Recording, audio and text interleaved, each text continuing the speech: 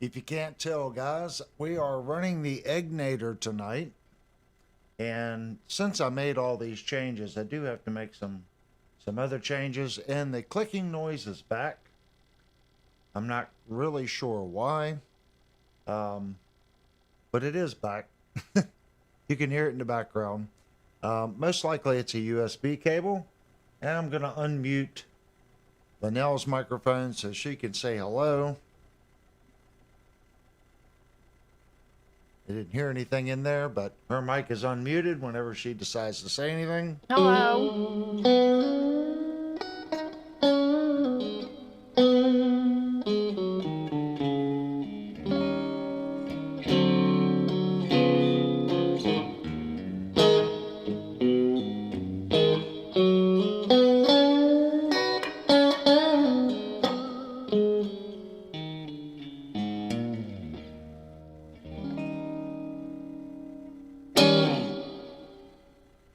One awesome amplifier. It got a little louder because it is an amp in the room.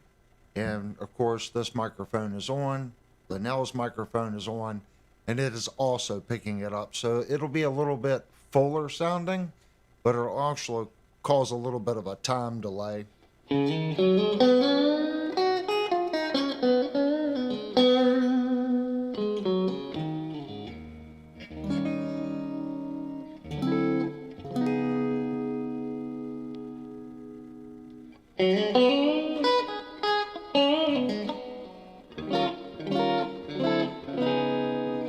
We were playing in the fourth position. I just switched it down to the second position and up to the fifth position.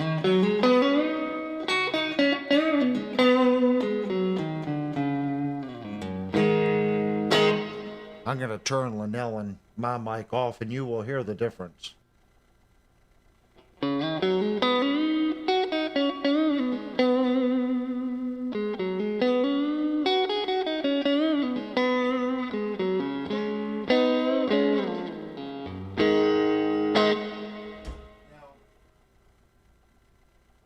I've gotten so used to modeling amps, I have to reach over to unmute my microphone. I do have a distortion pedal on the floor, and I have it set up for extremely light crunch. It has 2 pedals on it. The first one I'll engage, that's just light crunch. The other little pedal that's on it, push switch, will act as a boost or more. So I have it set up for just a little bit of distortion. When I hit the other button, just a little bit more distortion. So here the guitar and the Egnator is clean.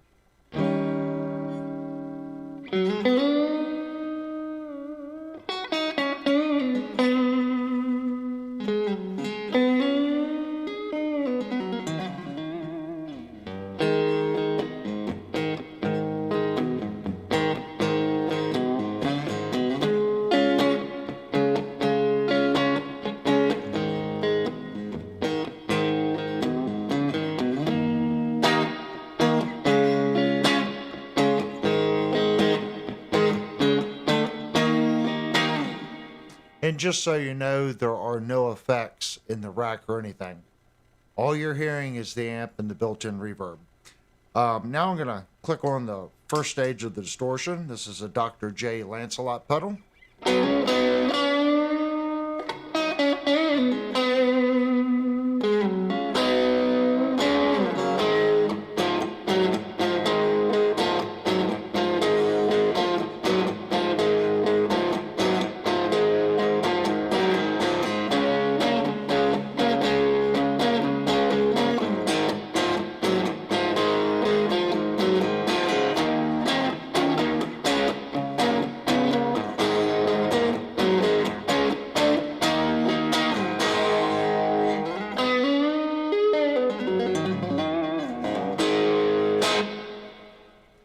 Now we're going to click the second side. I have it set to more, so it's going to add just a little gain. I can set it as just a boost, okay?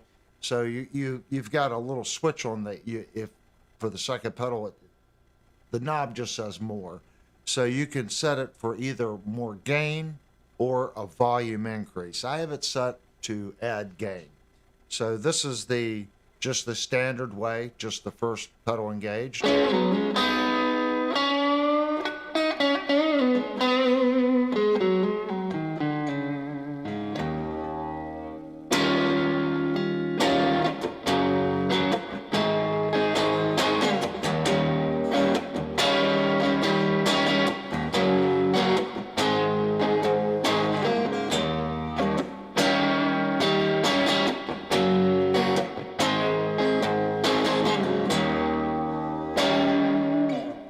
That's standard. Now we're going to hit the more button.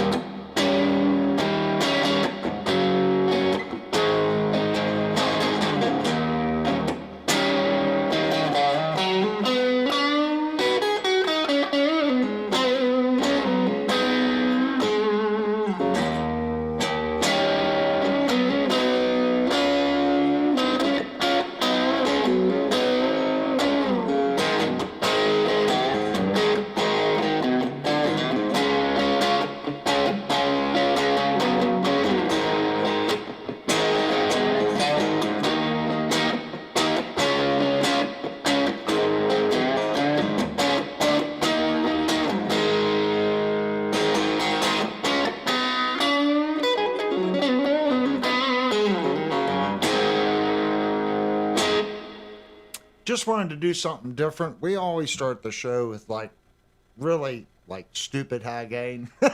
So I love this little amplifier. And I don't play this guitar enough.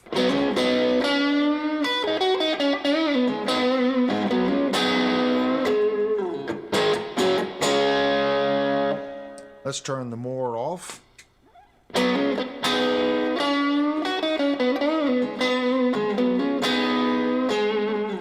It just, what did I say? It's just a little more. Now you can set the even the distortion circuit has multiple diodes that'll run through. The diode that I have it set on is more old school distortion, you know, early 70s, 60s. And I only have it set to 25%. So this pedal's really good for getting some 80s sounds out of it. And so is the Egnator. This channel right here, that's the second channel. And that is actually a distortion channel. And you can get some hairy sounds out of the amp. We're in the clean channel, which is this channel. And it's a great...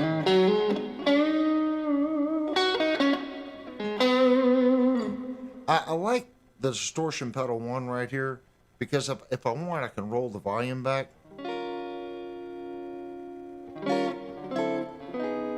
I can still get a really good clean sound.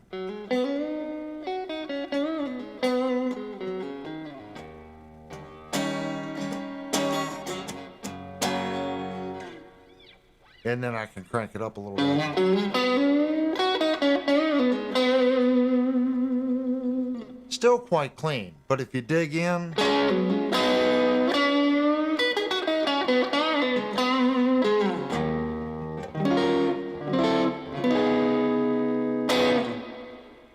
I got a lot of reverb. I should probably take some of that reverb out, but that's all I have is reverb. So when you have one effect, sometimes you overdo it.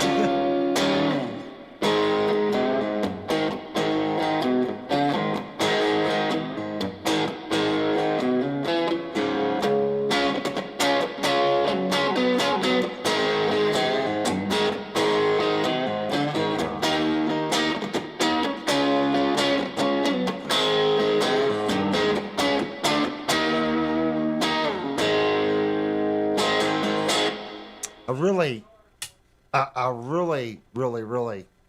really like that amplifier. I turn the guitar towards, it's kind of hard, guys. I was actually gonna mute that channel and turn Linnell's microphone on, and still learning the new system, guys. Okay, hon, your mic's on. Okay. Really, I've got to get these new USB cables because it seems like some nights the switching transformer in my computer really screws with the wing rack. And tonight definitely seems like one of those nights that it's going to be clicking and carrying on. All right, I'm going to open up the chat and see what you guys thought of the Egnator. I don't even know, have we ever played the Egnator live on the stream before? I'm not too sure if we have. Mark said trim the distort some. Trim the distortion? Yeah, a little bit. You want more or less? Because that was very little distortion. That was at 25% on the light diode. I like the amplifier. I just put that pedal in just to give me a little something extra. That way I could do something other than clean with the amp. Usually it has a foot switch, but this foot switch isn't long enough to go from over there to over here. So normally it has it has two volumes in each, it has volume in each channel, then two master volumes, okay? Less for each channel. distortion. Less distortion. Yeah, I could do less distortion. If you take too much more out, it kind of disappears. Now I do have to turn the microphones off because we are playing with an amp in the room. So I'm turning your mic off, hon, and mine. little less distortion.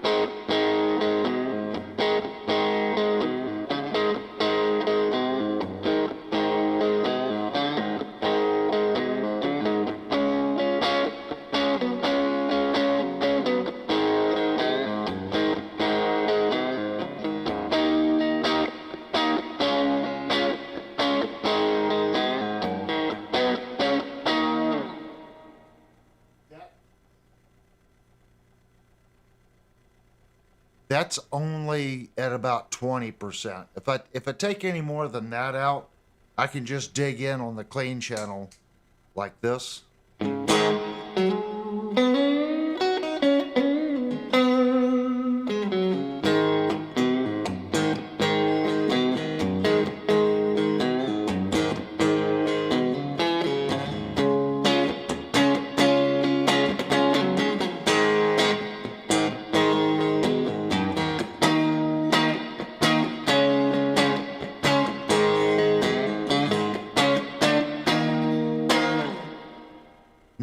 That's the clean channel. But I also have this microphone here on, so that kind of influences what you guys hear. But that's the Egnator. I think they're great amplifiers. I would do some research. If you do want to pick up an Egnator, do some research. They had some bad years where the transformers were dying in them. I don't remember which year this is, but I asked Mike, which is one of the moderators on the channel. Mike doesn't come in too much. He's got a pretty busy life, but he services amplifiers. And I asked Mike which years to look for that were good. He told me, and I hunted this one down. This one is a Renegade. So one 12-inch driver. It's a great sounding amp. Like I said, it's 2-channel amp. It's all you need if you're playing out. It's quite loud. And we are switched, I think, to the 16-watt mode. What's that, hon? I said, is this thing on? It is now. I just flipped it on. Okay, Trucker Bob wants to know if you want to review one of the new Leo James guitars with a Floyd-style bridge. He said he can drop one off to you Sunday evening. He bought it from Bald Shredder. Up to you. I mean, sure, I'd like to review it. I'm pretty sure the Bald Shredder plays with them a little bit. I think he takes them out of the box and messes with the settings and stuff like that on them. Is it the one with the Roman numerals on it? If it is, I do know the 17th fret is marked 12. But yeah, we would be curious to review it. You know, it's one of those things. I didn't watch his. I'm sure he reviewed it. And if I go through it and it's counter to what he says, you know, I don't know. I guess it really doesn't matter. Well, Steve just asked him if the Bald Shredder did anything to it, or is it guaranteed stock? No, he always does. If you watch it, he always says, well, I adjusted the truss rod. I played with the action. So he always plays with them just a little bit. I'm sure he's competent enough to adjust a truss rod and set the action, but I've heard him say that many times on his channel. He doesn't show you, but I've heard him say, you know, after a truss rod adjustment, and you know, I lowered the action a little bit or did this or that. I don't think he does any fret leveling and anything to them. I don't think he really checks the frets. Bob said yes, but this one has an actual 17 numeral. Oh, it does. That's pretty funny. We actually wanted to order one. It had conventional frets on it, no ball-in frets. And I wanted to purchase that guitar, but then they sold out of stock. So now the only thing they have left are the ones that have the 12 Roman numeral on the 17th. Yeah, we'd be more than happy to review it, Bob. He said he doesn't know if Bald Shredder did anything to it or not. He didn't tell him. Okay. The big thing, I have to go back and look at his channel and see. I'm sure that he's done a review on it. Maybe he just hasn't posted it yet. Um, there was a couple Leo Jameses that I was looking at. That was the one that I planned on buying, just because it had if it's the one with conventional frets, like a regular guitar, no ball end frets. I thought that would be interesting to review one of their guitars like that, without the ball end frets. I'm not a ball end fret person. I think they cause a lot of problems. They never get them in the neck right. They never get them seated right, and they go like this down the neck. So I really don't have an interest in reviewing a guitar with ball and frets, even if everything else is perfect on the guitar. I know the frets are going to be wavy down the guitar. So when they come out, they had 2 models with conventional frets, and they still have a model that I can get right now. It's the ST Pro. It has a 2-point bridge on it, no locking nut, 2 humbuckers. I think it's $249. We thought about ordering that guitar. The one I was looking at looks a lot like one of the old Grote models. But I can look at the pictures and already pretty much tell you what my review is going to be when I pick on it. I'm going to pick on certain items that I even see in the photos. Is it a step in the right direction for them? Oh, thank you, Brian. Is it a step in the right direction for them? If they can offer, conventional frets, I think yes, that is a step for that company in the right direction. Which pickups are in the Pacifica? This one is loaded with Seymour Duncans. This is not one of their cheap Pacificas. And Street Fox says, "Hey, music and gear." Hey, Street Fox. This is not one of their cheap models.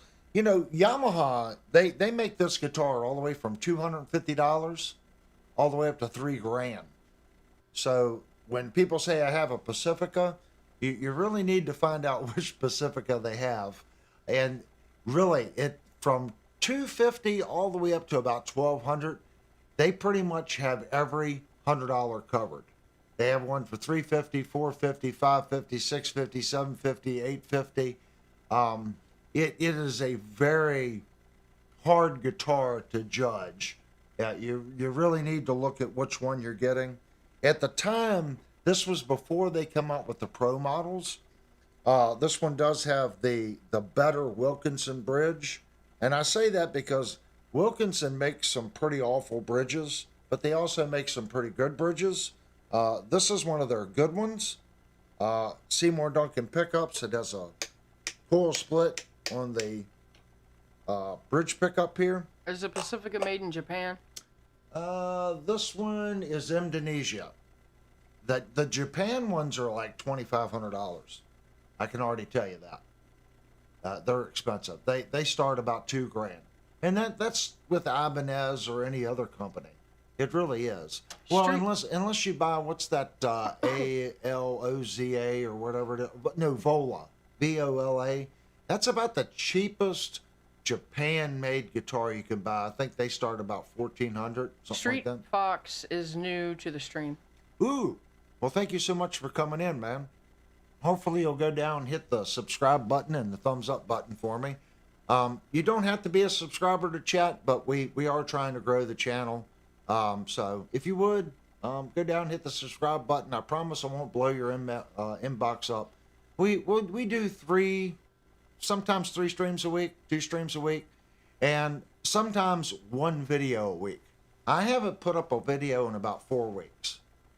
We did a whole series of fixing an Ibanez Gem, and I had to get all 5 videos out in like 3 weeks, and that just killed me.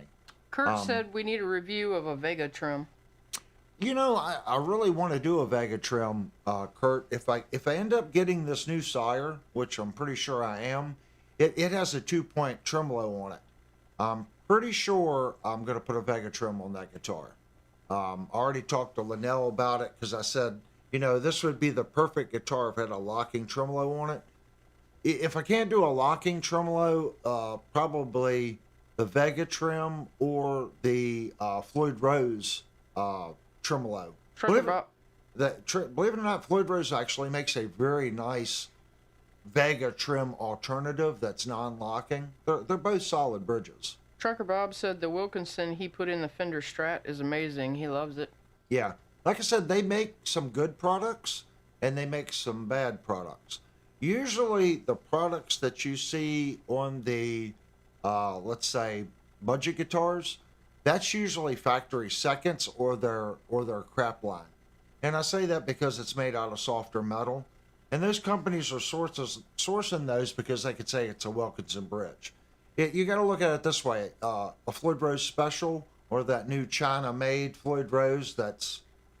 I mean, if I was Floyd Rose, I would stop making that now. It's really They already had a so-so reputation on their cheaper bridges, but that bridge is really destroying their reputation. Horrible bridge, but you can get a good Floyd Rose. So people put those bridges on it. Look, it's got a Floyd Rose, and it's a horrible bridge. And that's the same with Wilkinson. You guys really need to pay attention to stuff like that. Wilkinson, Floyd Rose, a lot of these companies make very cheap stuff and put their name on it. BTM says it's a 6-screw, not a floater. Yeah, I'm pretty sure Floyd Rose has a 6-screw bridge too. They also have one that sits on a continuous knife edge like the Vega trim. They're hard to find, but they do offer those bridges. The issue Floyd Rose has right now is they stopped dealing with Schaller, and I've been hearing, this is just hearsay, not saying that people that post on this channel or other YouTube channels are full of BS. I'm not saying that. I'm saying this is from people that post here and other YouTube channels that the new USA stock stuff has some issues.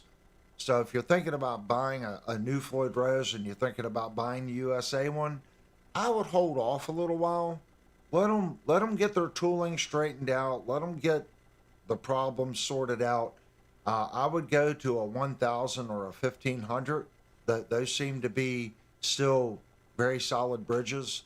And I would stay away from the USA. And I would definitely stay away from that one with the screen printed Floyd Rose name. And what's sad is LTD is now putting that bridge on all their $600 and lower guitars. Shame on ESP for doing that. At least at $600 ESP, put a Floyd Rose Special on it. You know, I know it's not that much better, but maybe they'll get another year of service out of it. It's a $600 guitar. Okay, if you're doing a $450 guitar with a tremolo, okay, put that super cheap China made with the Floyd Rose labeling on it. Maybe put that one on it. But if I'm spending $650 LTD ESP, I don't want to see that screen printed Floyd Rose made out of China on my guitar. I mean, that's the flag right there that I'm going to have to put another $150 in that guitar, and at that puts it at $800. At $800, I can find a guitar with an FR1000 in it. I can. I can buy a Kramer. I can buy a Schecter. Schecter now is doing the 1000s on a lot of their $800 guitars. And I don't know about Ibanez. On the Ibanez, the Zero bridges, they have 3 different grades of the Zero bridge. And I'm not too sure at what price point you get the medium quality one. I know you've got to get over $2,500 before you get the really hard one, the really nice one. That's the ones they put in the J Customs, the Saturani model, the Vi model, the Pia. You got to spend some money. And they all do it, guys. So we have to watch when we say, oh, it's got a Wilkinson bridge. And I know it makes it hard, but they're planning on you saying that. You know, you guys that have, you know, guitars like this that are nice guitars that have Wilkinson bridges, Wilkinson's hoping that you say, yeah, it's a Wilkinson. You know, and when Leo James puts a Wilkinson bridge on their guitar, they're praying that you guys say, oh, yeah, Wilkinson. Yeah, Yamaha's used Wilkinson, LTD or whoever else has used Wilkinson, but they're not putting the same bridge in the guitar. It's going to be a cheaper metal, a lower grade quality. They're just riding on the name, if that makes sense. And that's what this channel's about. So, yeah, Bob, we are 100% about wanting to review that guitar. I wanted to order I'm pretty sure it's the guitar that I'm thinking about. We like to set the record straight. I mean, you own it, you already have it. You can tell me your thoughts on the guitar. Have you checked the frets on it? He said he hasn't seen it yet. It's still in the box at his house. Oh, well, shoot, send that thing to me. He said he'll get with you Saturday. Oh, okay. Okay. You driving this way, I assume. We can meet at Walmart. We got to do some photo ops again, Trucker Bob. Just letting you know. Yeah. So I did reach out to Sweetwater guys. We were talking about the Y5 guitar. I pay attention to my Sweetwater rep, and I'd never really thought of Sire the way he described it. He said that Sire's a weird company. He said they'll make a guitar for a year or 2 years and then they drop it and move on to something else. And I was thinking the Y5 just come out last year. Wasn't that 2025 the first year for that guitar? I'm pretty sure it was. So from what he said, the reason that guitar's on sale, most likely they're going to drop it. Now, I don't know if that's true or not. I don't care if they continue making the guitar or not. If it's a solid guitar, it's a solid guitar. So if you guys are wanting a fixed tail guitar with nice inlay work, binding, that it's at the same price point as an RGA. It's a $500 guitar. I think it's just a little nicer. The finish on the guitar is going to be a little nicer. It just looks a little nicer. So if someone wants to order one of those, or if you're thinking about you're on the fence on it, you don't have to send it to me. I'm just pointing it out. That I think that's going to be a solid buy for whoever gets it.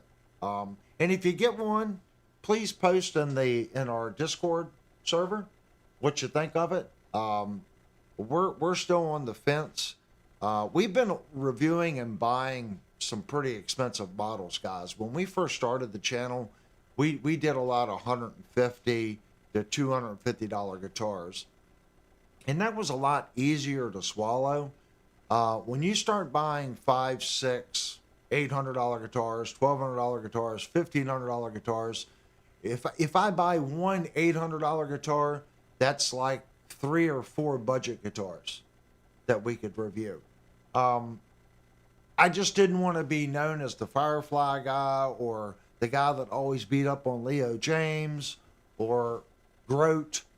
We actually reviewed Latitude, Grote, West Creek.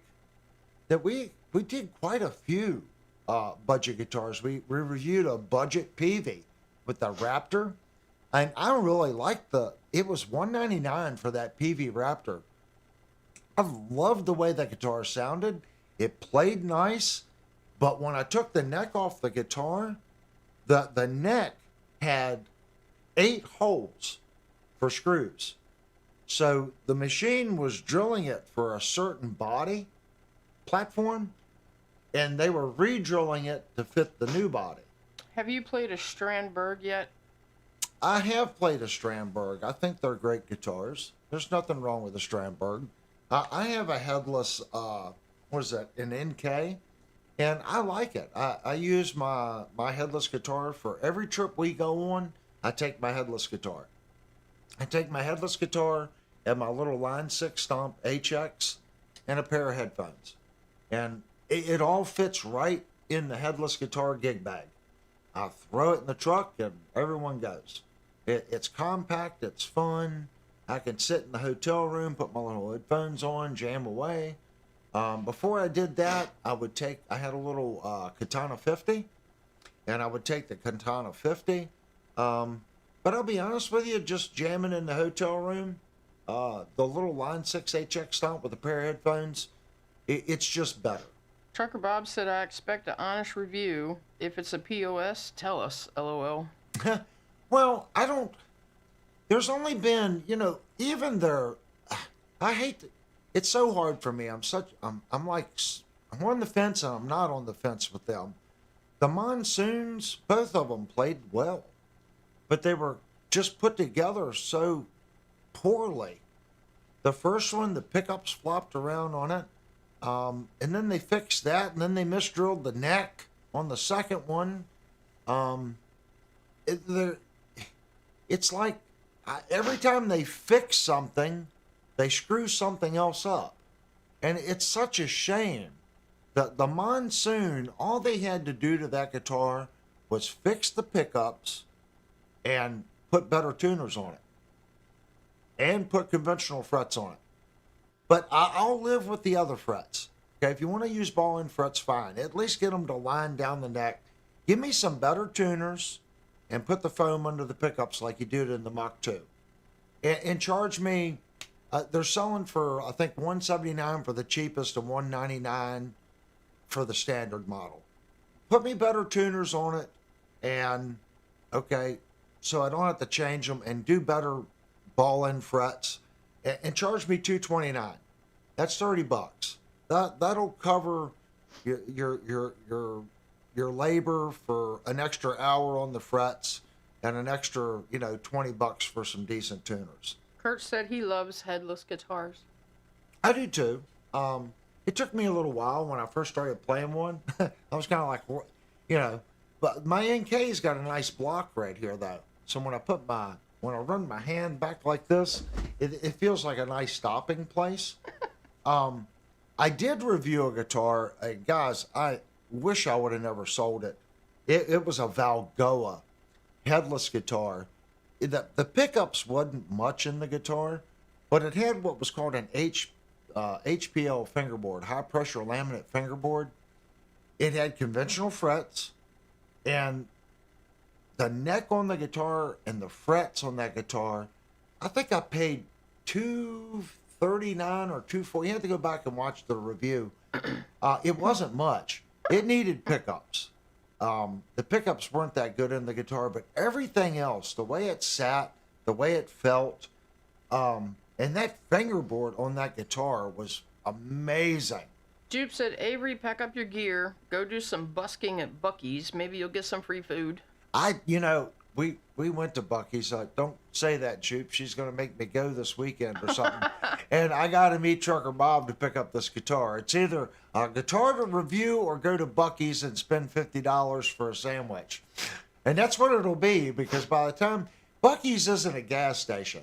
That's a what do they call it? Like a hobby shop, because they got all the Buc-ee toys, Buc-ee apparel, Buc-ee hats. It's just a place to buy Buc-ee stuff. But it's not all Buc-ee stuff. It's a lot of Buc-ee stuff. Oh, it's a lot, but it's not all. I would say it's 75% Buc-ee stuff. Yeah, probably. Buc-ee lunch boxes, Buc-ee cups, Buc-ee silverware, Buc-ee tents, Buc-ee, you name it, they put Buc-ee on. Oh my gosh, it's so ridiculous. I do want to get a little stuffed Buc-ee beaver. See, a stuffed Buc-ee beaver. I'm not even going there. But that's the first time I've been to a gas station that did not cater to truckers, that has 200 gas pumps. Yeah, I'm not joking. There are 200 freaking gas pumps at this gas station. And truckers aren't allowed. I just, for the life of me, I can't understand that. You've got this huge plaza and all these fueling stations, and you're going to tell me you're going to say truckers can't come in? That, to me, just seems like a slap in the face to truckers. Yeah, Bob just said Buc-ee's hates truckers. I don't understand that. They could put a different fuel island in on the other side, put a state certified scale in. I'm telling you, they have their own exit ramp. For that matter, they could take out some of the gas pumps and just replace them strictly for rigs. Well, you want to separate it. the tractor trailers want to be able to fuel Well, and I then know, have a but they place to could park. lessen the amount of gas pumps they have to and put in for rigs. Yeah, they could. All that property they bought, and they've got this whole left-hand side that's just parking for RVs. They could have easily put a scale station in there and put, I don't know, 30 pumps in for the diesel guys. Steve said Bucky's is a fuel mall. It is, and that's all. We walked in. It's crazy. We may have to go back. It was cool. It's about an hour from our house. It's a nice little trip. Yeah. It's Bucky's is the gas station, like Sweetwater is a guitar place. I guess that's when I walked into Sweetwater up in Fort Wayne, I couldn't, the pictures don't do it justice. It really doesn't. If you have not been to Sweetwater, you need to go. Talk your girlfriend, significant other, wife, son, daughter, whatever. Pack up your vehicle and go to Fort Wayne. It is amazing. You just can't, like I said, pictures can't describe it. Your normal guitar center will fit just in the guitar room. They have separate rooms, just where they have the guitars. We're not talking about the keyboard room or the professional sound room or the piano room or the drum room or the whole foyer area that's covered up with pedals, racks of pedals that you can just grab and go over and plug into an amplifier. Then they've got the whole stomp, like all the helixes and the head rushes and just like PlayStations. You take your guitar, you sit down, you plug it into that unit, put your headphones on, and they actually have little demo units in this kiosk. And then there's sound rooms. So in between every, I guess, studio where they have like the guitar, bass room, there's 2 little studios that are soundproof.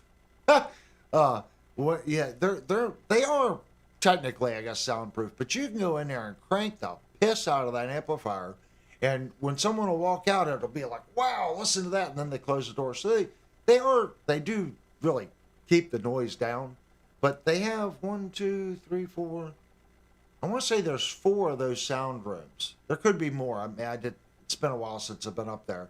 Then they have another room. When you come in the kiosk, when you walk in the front door, you make a right. That's where most of the guitar, basses, all the way straight back is the used section. And they'll set that stuff out in the kiosk, okay? And they got a whole wall of guitars on this side. And they usually have like amps and effects and stuff on the left. And then they got a table in the center, and that's all like blowout stuff.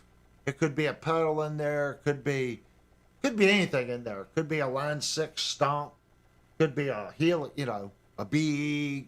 Lord only knows. It's just they just throw it in there and it looks like a pyramid of crap. And you got to dig through it. And it's all clearance, special, scratch, dent, whatever.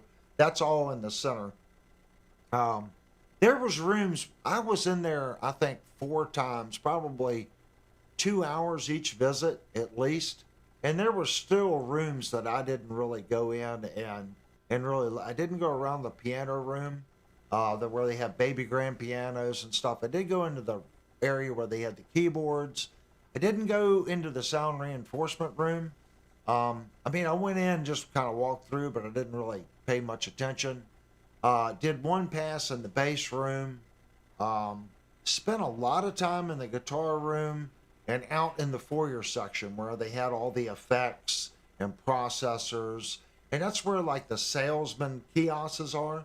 So there'll be like salespeople, and they're out in the kiosk section, and they just kind of wander around. And what's funny, let's say you're interested in something, okay? You'll go up to the person, well, I'm interested in this. And they'll go, well, we'll pull it from the warehouse. Are you interested in anything else? And you say, well, can you pull 2 of them? Sure, we'll pull 2, and you can pick which one you like. If you want to pick like a Les Paul and then a one with P90s or whatever, they'll pick 2 or 3 guitars, and in 10 to 15 minutes, here it comes. It comes in a little dolly. They open the box up. Okay, try them out, see what you think. And If it's not on the wall, ask. They will pull it from the warehouse and dolly that stuff over. They've got this like little trucks, and that's all they do. It is take merchandise back and forth from the main store out to the warehouse. So the main building has a warehouse, but then there's 2 other warehouses behind it. So if it's not in hanging on the wall, just go in and say something to them, and they'll run back there and grab it. If you know you want this one, and you're wanting to make sure you get the best one, I know they'll pull 2, because they pulled 2 Reapers for me. And I put the Reaper, it was so funny. I told the guy, so let me think about it. I'm going to go across the store, and we're going to think about it. And he went ahead and put it on my ticket, okay? And it was so funny, I ended up not buying the guitar. I hadn't paid for anything yet, but it was in, I guess, my invoice part for the day. I ended up getting a Sun Valley Super Shredder. But if I go back and I look at my order history, it says that I bought it and then I returned it and then I got the Schecter. And it's so funny because no money actually went across the table. I never left the store. We went I don't forget where we went. There's so much stuff there. But then I said, well, let me try a Sun Valley Super Shredder. It's only $100 more, and I want to make sure that I'm, getting the best bang for my buck. And when I played the Sun Valley Super Shredder, I was like, okay, I like the Sustainiac. I'm going to go with this. So I ended up doing that. The point in this is just go up there. It is a phenomenal place. There's a massage parlor. Okay. They have a full staff doctor's office. Okay. And emergency rescue in case something happens. It's that freaking big, guys. They have their own ambulance. If something happens to someone there is literally, they're in the building. Okay. There's a massage parlor. There's a salon. I'm not lying. There's a salon. There's a gym. Oh, yeah, there's a gym. And then there's a whole food court, okay, where you get to pick food or coffee or whatever you want. And then you can go out in the food court and just shoot the crap with whoever else you find. The week we went up was Gear Fest week, and we saw a lot of YouTubers sitting at the tables talking and gathering. It was pretty crazy. But definitely go up, guys. If, for us, it's a hard 1-day drive. We can do it in 1 day. But it's something that you guys should do. It's like Sam Ash, in Washington Music Center. If you're ever in Washington, you need to go to Washington Music Center just for the simple fact of saying you went there. BTM said, is it named the Happy Endings Massage Parlor? I don't know. I didn't go upstairs to find out, but it could be. I think that's more for the women. I shouldn't say that because there's a lot of female artists now that play.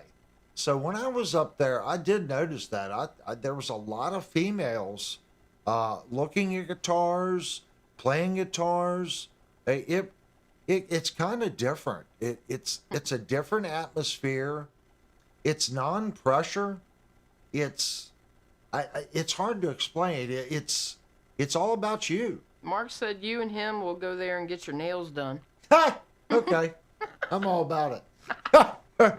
I will say that it is about you. First day I was there, I had a fellow helping me, and the second day I had a female helping me, and both of them were all about making sure that I was getting what I wanted, okay? And it fit me. Because I bought my HX Stomp when I was up there. And the girl was like, have you played this? It's the same price. And she took me over to that little kiosk section. She goes, this one's the same price, this one's the same price, this one's the same price. Play them all. It's the same price. This is what we have at this price point. If you want to spend a little less, Here, this is what I think. Now you play them. And it's that straightforward. I didn't have to. She said, if you know that's what you want, I'll do it. But I'm showing you, these are your options, okay? And if you know of something else and it's not out here and we have it back there, I'll go get it for you. It's completely different. I've just never seen a place that huge and be able to just pull stock like that. And it wasn't just me. That cart, there's crap coming in from that side door, just full of stuff. Every 5 minutes, there's someone pulling a cart with stuff on it. And they're opening it up and people are looking at it. I don't know if that's considered an open box after that. I have no idea. And it's constant, back and forth. Metal Mark says, is the PV 5150 and 6150 the best rock metal amp in the last 30 years? Majority of the best rock metal albums have used those two amps. It's all personal taste. I think a lot of people would say the PV 5150 and 6505, it definitely changed music. I can say that. Is it the best? I think that's personal taste. It's probably the most sold amplifier in PV's history, and probably one of the most sold high gain amplifiers.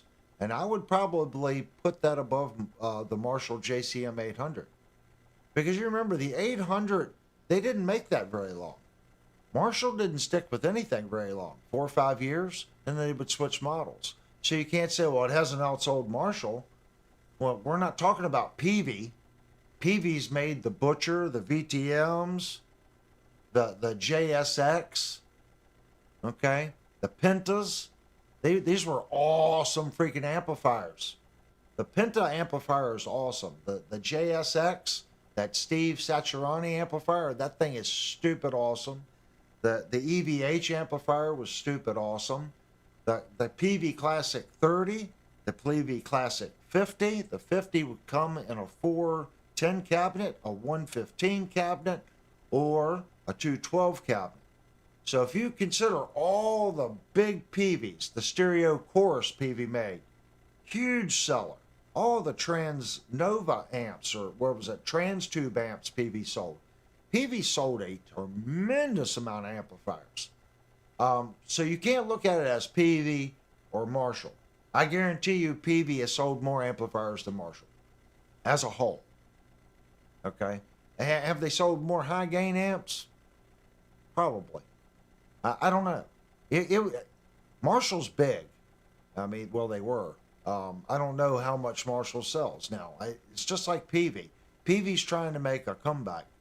I would say the 51, I would say the EVH amp was probably one of the best amplifiers in the last 30 years.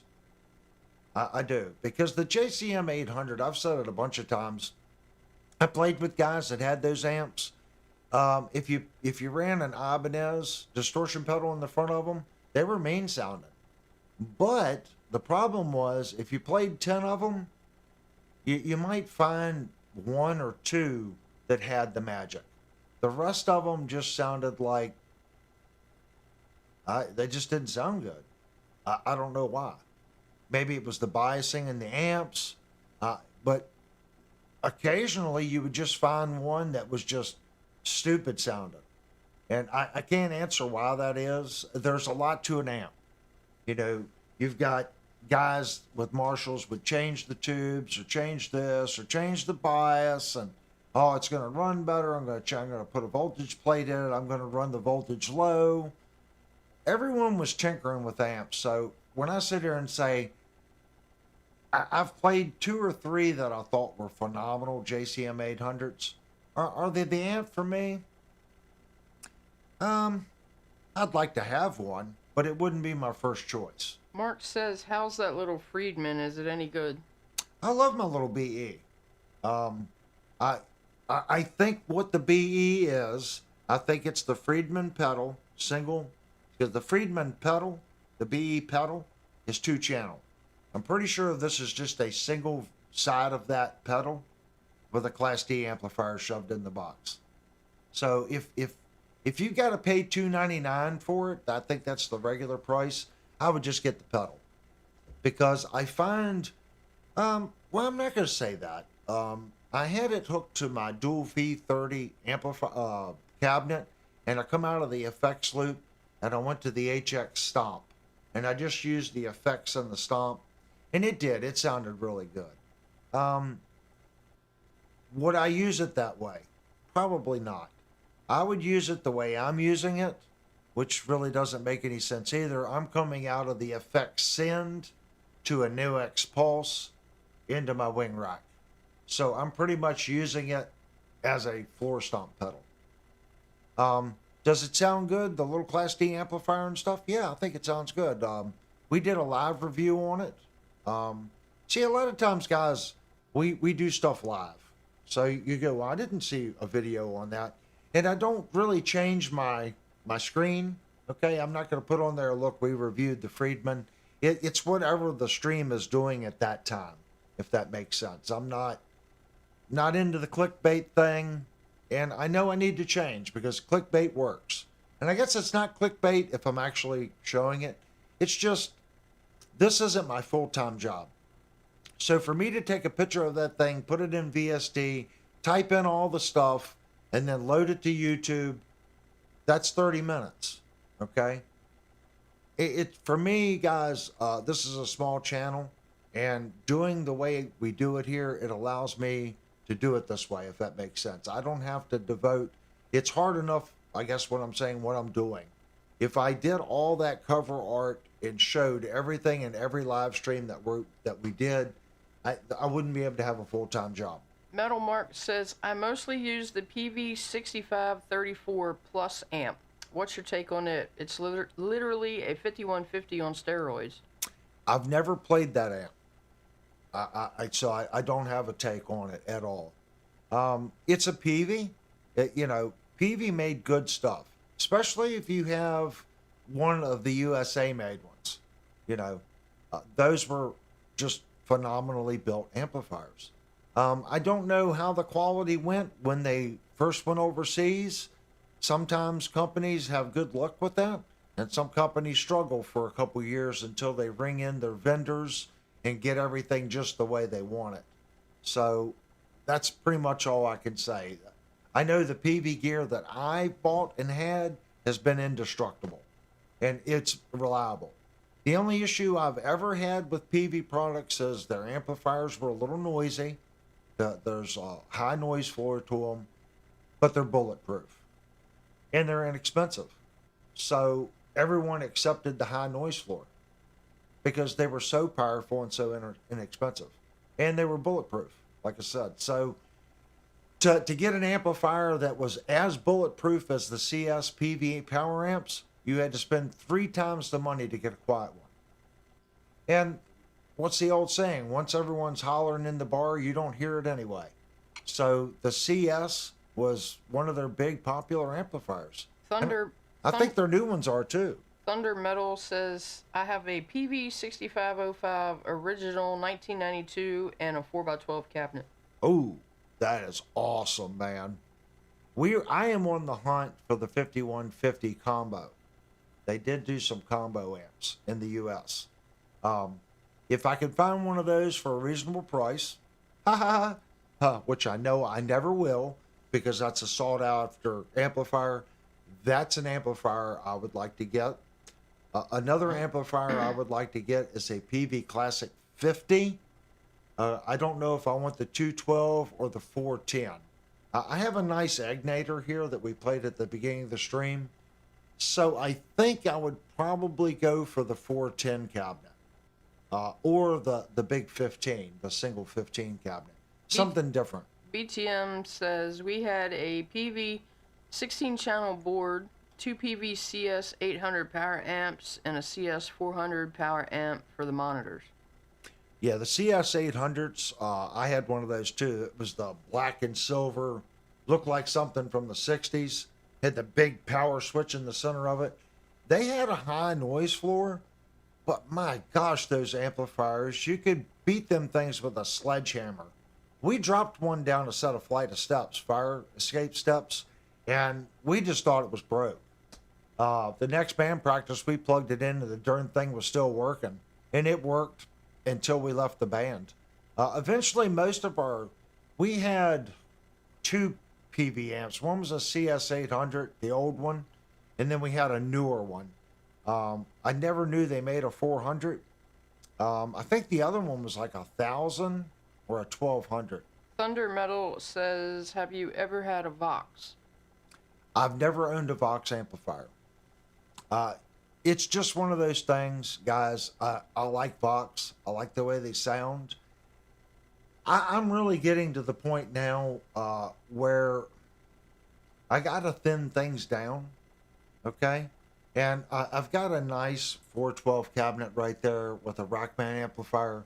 I can pretty much get any sound. I have a Friedman preamp and a Sedano preamp in the rack, and an ART. So I have 3 different rack amplifiers. I can pretty much get any sound I want out of those 3. And then what I can't get out of that, I got the little Egnator over there with 2 channels. It's all I need.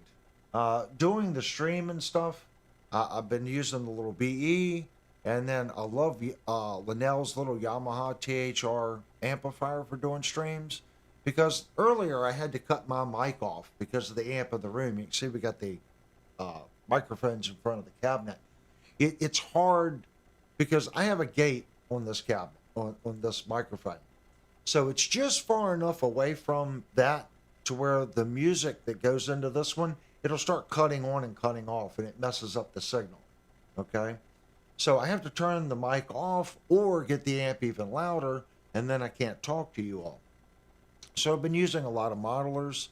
I think the modelers are fine. I'm really in a weird place, guys. I really am. I've been really struggling to find my place. If you would have asked me 3 years ago, I would have told you modelers suck.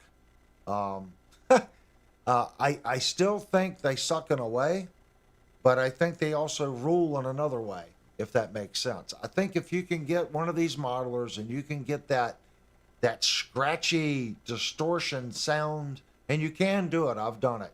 If you can get that weird distortion tone out of the distortion, I think they sound great. Devastator said, speaking of Vox, it's intermission time. Yes, it is. I was just getting ready to say that. We're at 1 hour and 3 minutes. And Steve posted in Discord a PV5150 60-watt combo for $600. Oh my gosh. Now, Steve, I just put a guitar on layaway. And I still got one more payment on our giveaway guitar for next month. Oh, you guys are killing me. I would love to have a 5150 combo. I think that would be up my alley. It really would. But I got to look at it this way. How often would I play it? When I come home and I want nostalgia, I'll plug into my rack amp. Because remember, guys, I never really played with combo amps. The only combo amp I ever owned when I was out playing was a Fender Twin Reverb. And it never went really out with me. When I was really started making money playing, I was playing a rack preamp and a rack power amp and a 4-speaker cabinet. I never went down I've got a Marshall head and a cabinet, and I never went down the floor stomp route. I always had a big MIDI control board in front of me that I could control my effects through MIDI, and I just never went down that way. And I played with a lot of guys that had heads and cabinets, and I played with guys that had combos, and they would set them, a 212 combo, and they would set it on top of another 212 extension cab. Played with a lot of cats like that. I just never did. I always played through rack stuff. Maybe my first band, I had a PV Butcher head, and my effects, even then, I ran through a Digitech GSP5. So I just never, and even I'll qualify before we take our break. I'll take a break at this. Back then, a pedal was $120.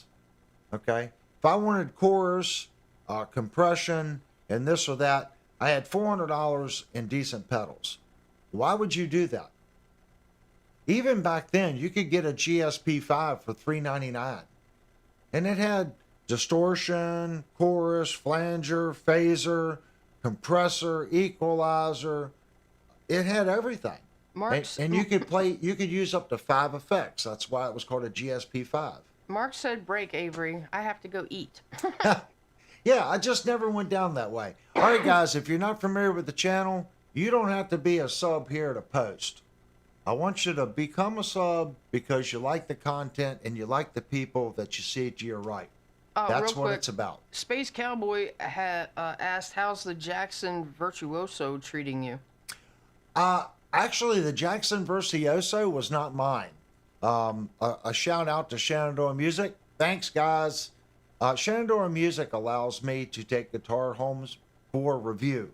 They do not tell me what to say. If it's a POS, they tell me I can call it a POS. They graciously let me take that guitar home for review, and stupid me did not buy it. I really, really, really wanted to buy that guitar. It's just a little too much money for me, if that makes sense. I still want one, and I really do want to buy one. I think it is the best American-made guitar for the money, period. $2,100 for that red Jackson, you're not beating it. You're not beating it. Not an American-made guitar. Everything you see in that rack, that's American-made. Up until 3 years ago, everything I owned was American-made. Now I review Chinese budget guitars, and you can't buy an American piece of gear. All my Digitech stuff, all my Lisa stuff, all my DBX stuff, it's all American made. So that tells you the circa that it was made. Everything I've bought in the last 5 years has been import, like my Motu, my Wing, pretty much everything. My Schecter, this Yamaha, it's all. I played American guitars. I played PV instruments for 25 years. All USA made. So don't think that I'm stuck up. I just stuck to my guns. I was going to say this earlier when we were talking about the CSs. We sold the CS amplifiers, okay? When we went to Hafler's, Dave Hafler, not Rockford Fallsgate junk, we called Dave Hafler. Hey, Mr. Hafler, we need a DH500 Pro monoblocked. We're using it for this. Can you please set the amplifier up for our subs? And he would put the right caps and pots in it. We had 2 DH500s set up for our sub bins. I had a DH500 set up for our bass bins. I had another DH500 set up for the mids, and we were running a Transnova, and that was during the Rockford Fallsgate. The first 2 years, Dave Hafler was still involved. And we had a Transnova P1500 and a 3000 that we were running. After 5 years, Dave Hafler got out of it, and Rockford Fallsgate destroyed the company. It's how it is. We can sit here and point their finger at Behringer. Look at all the companies Behringer has swallowed. At least Behringer is swallowing them and then using that information and creating better products.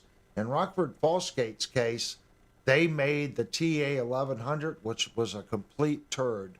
And if you bought a TA 1100 and you paid $600 for it, for that little 100-watt amp, I'm sorry. I'm sure you know by now it was a turd. It just said Hafler on it. That brings us back to what we were saying earlier about when you look at these guitars and it says Wilkinson or it says Floyd Rose, be cautious.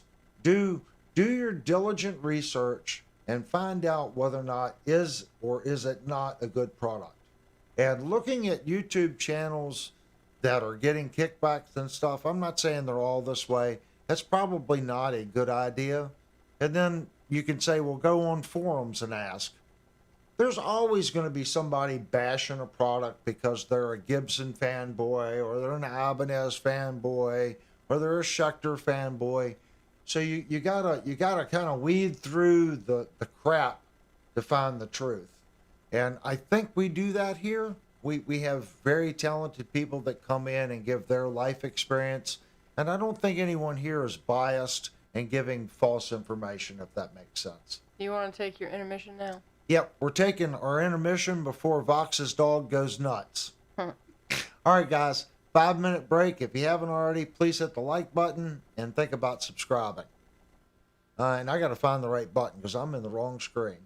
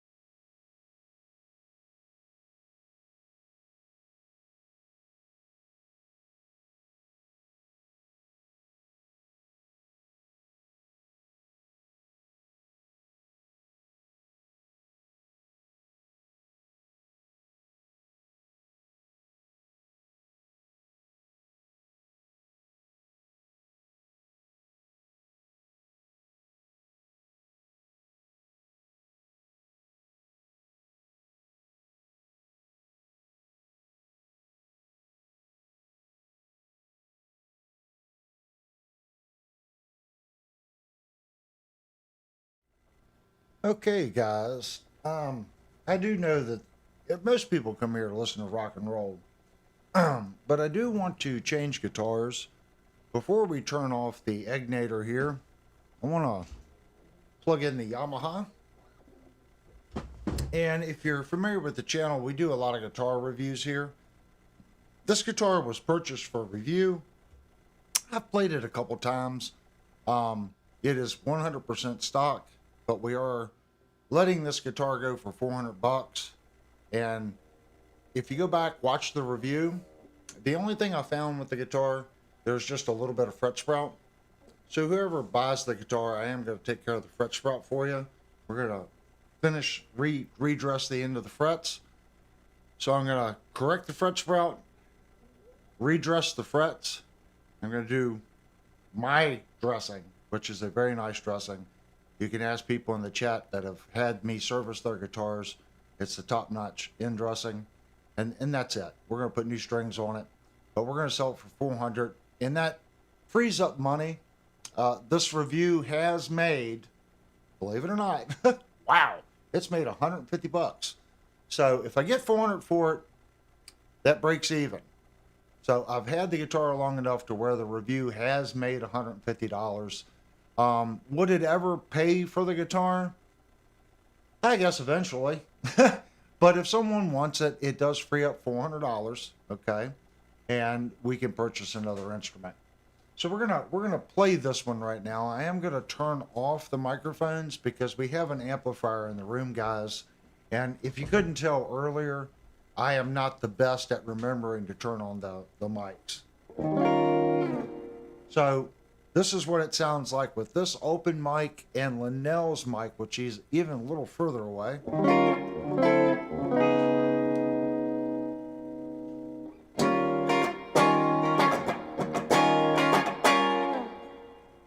And I did turn the reverb down just a little bit. Now I'm going to turn the mics off.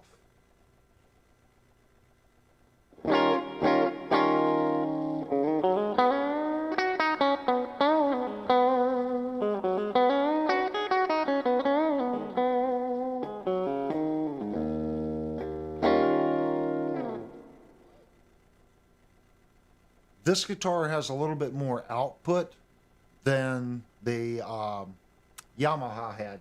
So I'm going to go in and we're going to adjust that out just a little bit. Going to go -1 dB.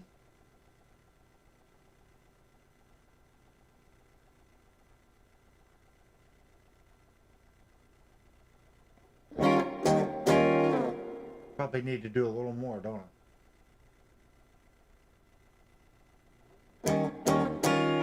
There it is.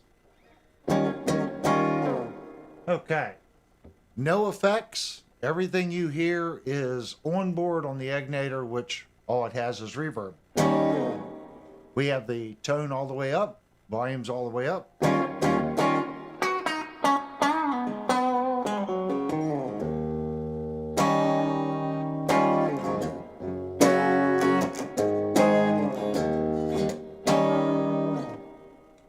Take it down just a little bit more.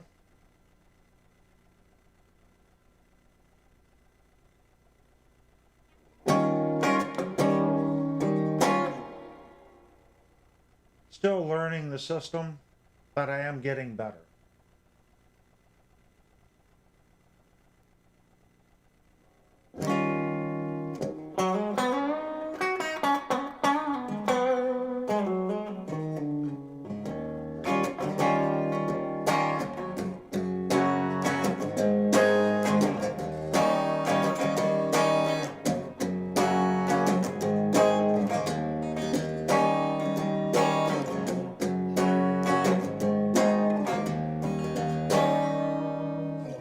That's our bridge position.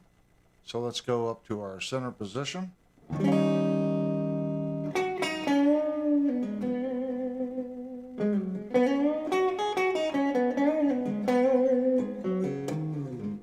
You know what might have been influencing that, guys? Again, I'm forgetting to turn off my main mic.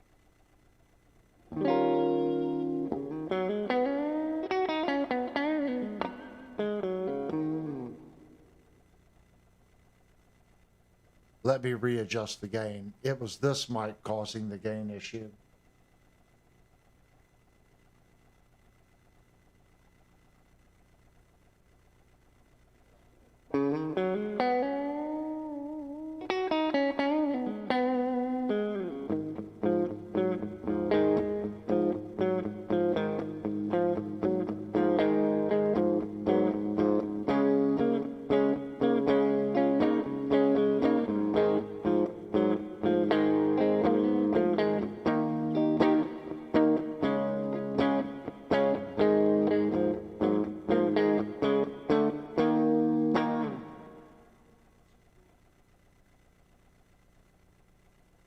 It's a good sounding guitar. Let's go up to, that was our center position. Let's go up to our neck position.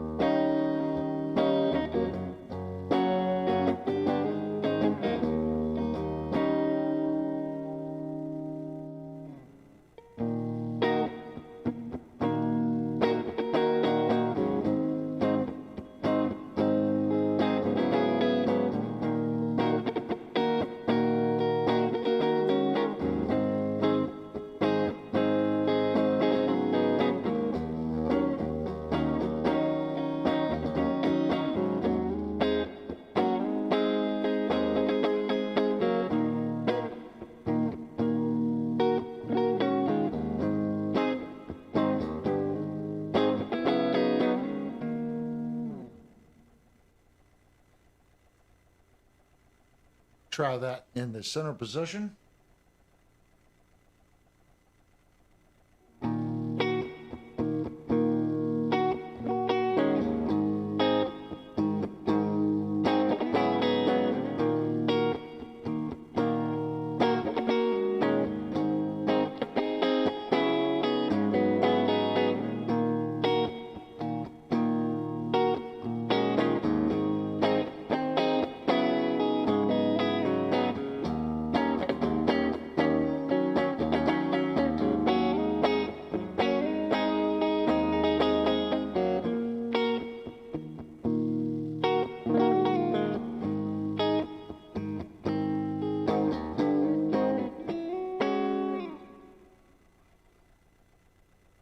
This is a great sounding guitar. It also has a little pull-out switch here. I'm just going to leave this mic on. I know it influences a little bit, but it's too much to go back and forth. So this is the enhanced.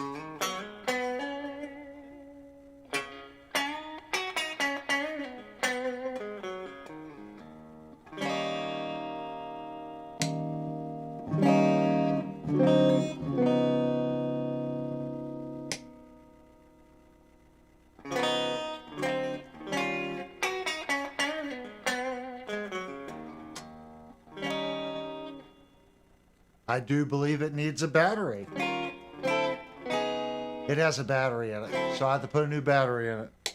Can't display that. Hear the volume difference? It's got a module inside of it, and what it does is it boosts certain frequencies. It's like a built-in EQ. It actually makes a really big difference, but needs a battery.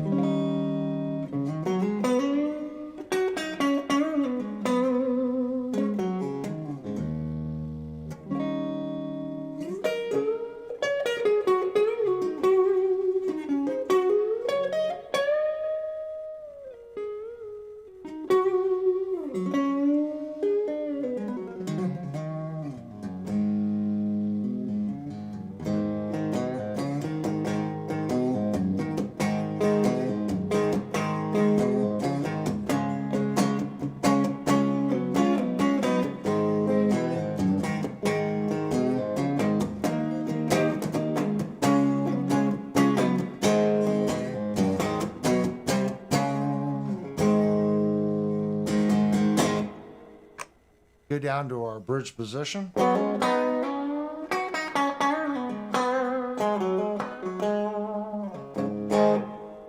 Let's give it a little distortion. We're going to turn on our Lancelot pedal, and we're just putting a little distortion in it. I am going to turn it up just back up to 25%. It's still just a little bit of distortion.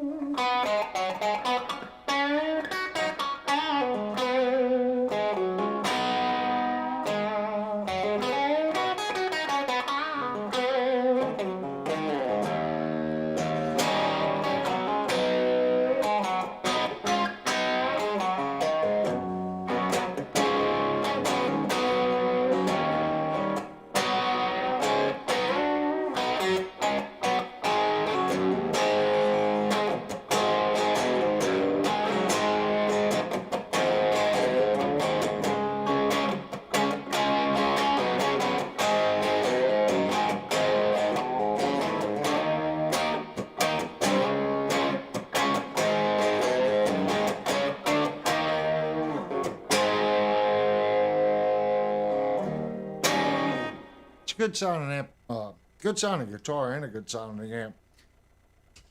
We are going to move forward though, guys. We are gonna switch back over to what we normally do. Give me a couple seconds here. I gotta change some chords.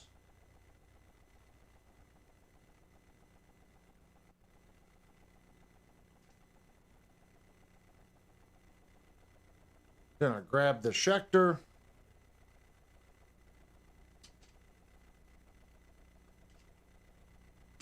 I really need to get those new USB cables. The clicking from the USB cables is driving me crazy.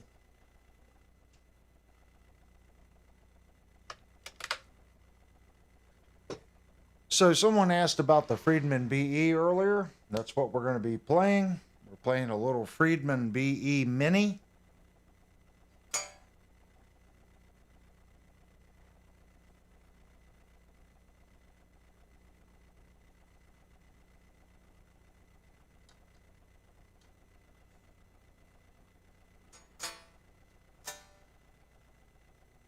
Oh. Forgot it was plugged into the tuner. All right, let me unmute the channel. Woo, boy, that's loud. Do you hear all that, guys?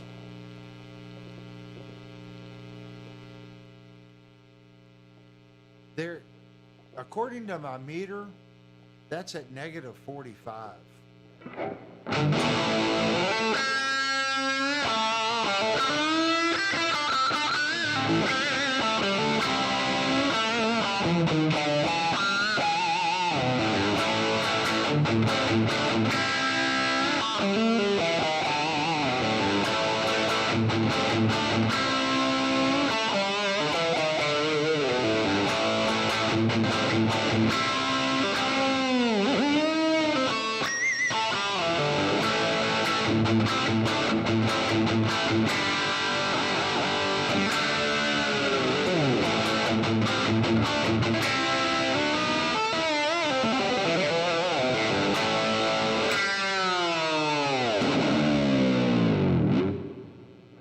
There's just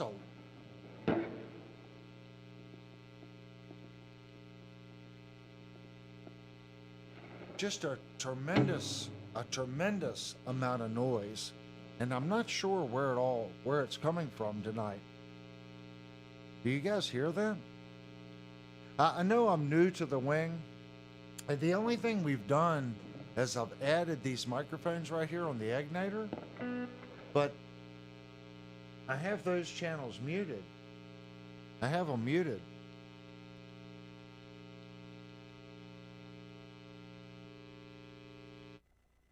See, all that's coming from the BE, and it wasn't making that noise last week. So whatever I have changed, it has definitely made a difference. I either have a power cable, something going across one of the other cables, and it's introducing a tremendous amount of noise. I'm not really sure.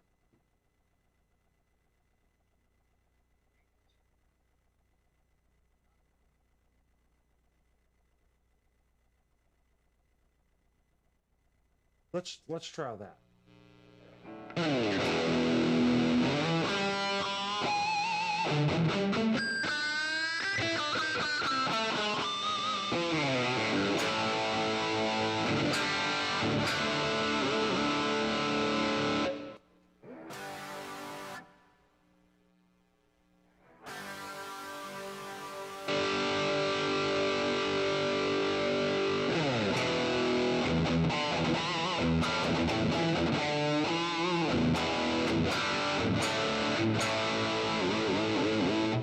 So again, this channel is about information. So if someone else is running a wing rack and you've had these issues, I am 100% open to learning. Block said wireless camera interference. I am not too sure if it's a wireless camera problem or it could be right here. I did change the way the outputs were working earlier.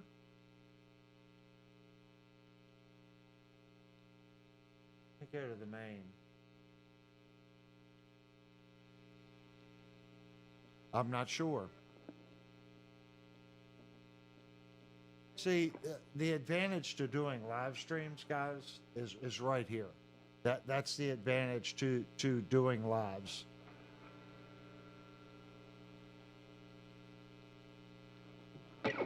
I'm not sure. I had it down to where it was under -55, and now it's just screaming.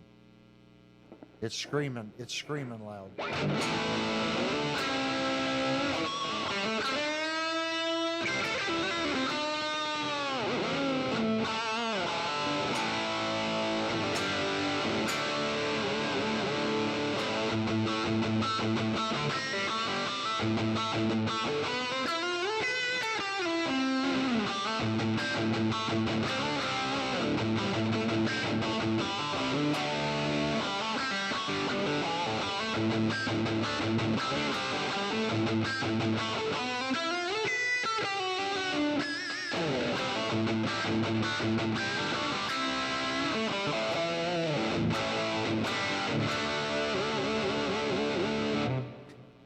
That's a good sounding little amplifier. Kurt said lift the ground on the BE with a pigtail. It's got to be something to do with one of my USB cables or the new microphone cables that I just put in, because nothing has changed since last week. See, I'm not getting any gain on my mic either. Everything sounds like it's down in a hole for whatever reason. You know what I hear and what you guys hear. You guys might not hear all the noise that necessarily that what I hear, but I definitely hear a lot of noise tonight.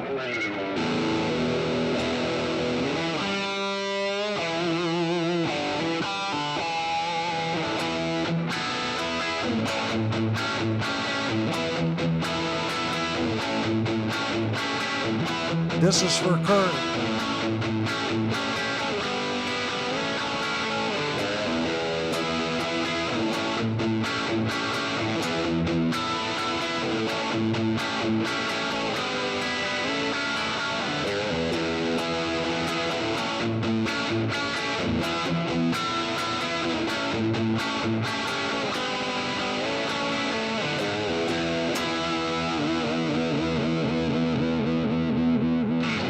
I expect an update video, Kurt, at least this week.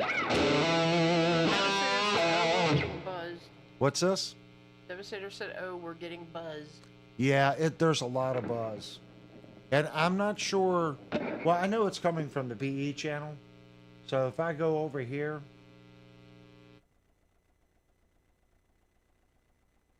that's the BE channel, and what I don't understand is what has changed. So I'm going right into my little tuner over there, and the tuner's going into the BE just like it did last week.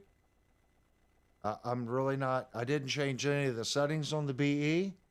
I didn't change the settings in the rack on the input. There was no need to. Literally, the only thing I changed was running the microphones over here. It is the Egnator microphones are on channels 9 and 10 because I'm using an SM57 and one SA stereo mic. Devastator said try the Yamaha amp. We can do that. Hold on.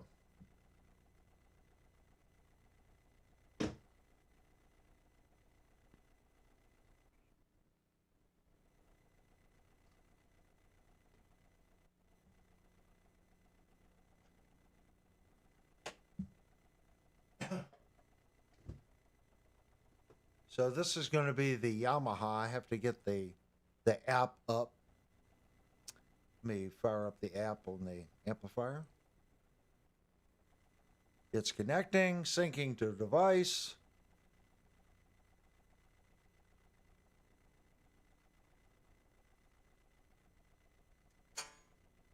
All right.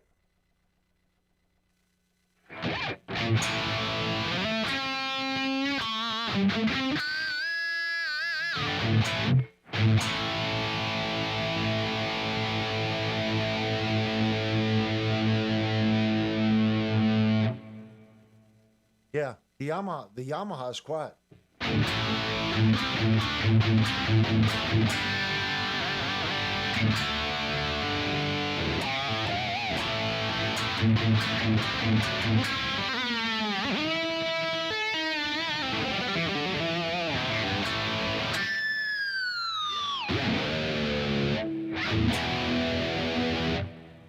Yeah, Yamaha is quiet. So it's something with the BE, but the BE is directly over top of the computer. And I was told, I did reach out to Sweetwater, and they said the switching transformer in the computer is causing the little glitching. And if I'm really quiet, it is just barely showing on the meter at -40, just a little bit. So once I change those, it's going to be better.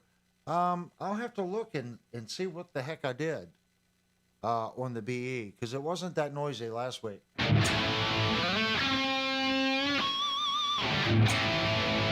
So let me share my screen. So those are the settings on the Yamaha THR-10. If anyone wants to copy them down, that's vintage 412. That's the volume of the guitar, compressor, the gate, and we're using a tap echo, tap delay. The reverb is on Hall, and we're using a little bit of chorus. And we are on the special channel.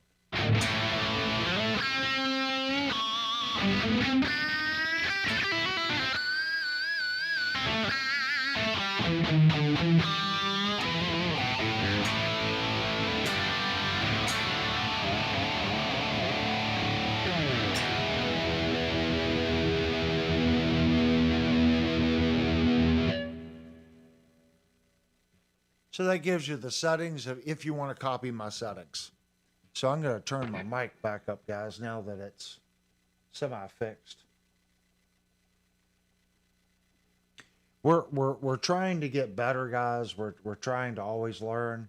I'm learning. So I see there's like 30-some people in here. Anybody out there that can give pointers to me, I am changing things.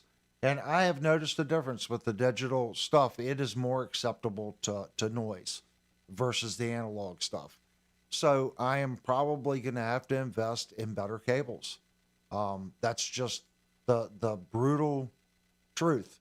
I have some lesser cost cables, and I'm going to have to start buying better cables. And gradually, I do have some high quality cables, so I'm going to go through, switch out like the BE cable, see if that fixes it. Which is kind of strange. That's the egnator. It does that about every 2 or 3 hours. I don't know if anyone knows why it does that. If it's up about every 2 or 3 hours, it'll make a pop noise like that. I have no idea. It's got the factory tubes in it. I don't think that's what it is. It's probably something to do with my electrical circuit, because the things over here are not on a power surge or a power conditioner. It's just on a power strip. And I guess it does have surge protection, but it's not like my rack stuff over here where I have a voltage conditioner and then a power soak and everything. All this stuff is protected. The poor equipment over here just gets a cheap power strip with a surge protector. So probably need to buy a voltage conditioner for this stuff. When you start getting equipment, you start buying stuff like that, it starts adding up real quick. We're not talking about buying like I guess they call them they call them power conditioners, but they're really not. All it is a power strip, and you plug it in on the back of the rack. It's got like 10 plugs. If you buy one that actually regulates the voltage, that if the voltage goes up to like 129, it'll keep it at 120. And if it drops to 115, it's got capacitors in there, and it's supposed to even out the voltage, keep it very stable. If you get something like that, and you get something that has good, quick surge protection, the cheapest you can usually get is $500 or $600, and they're usually not that good. The good ones are $1,300, $1,400. The one in my rack over here, I think, was $850, and this company isn't in business anymore. I forget the name of the manufacturer. I've been trying to find another one on Reverb, and every time I find one, I think about it, and then the next day it's gone. So the next one I find, I'm just going to have to pretty much pull the trigger on it. But it starts adding up really quick.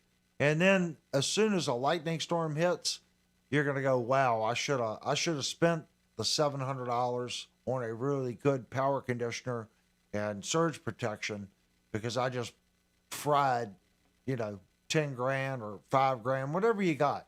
Start counting the stuff that you have. It adds up really fast. You might not want to make that list when the wife is watching, because you might put your head down on the table and start crying. I don't want to even count the amount of funds that I've spent on equipment. So I should just pull the trigger and buy one to protect my investment.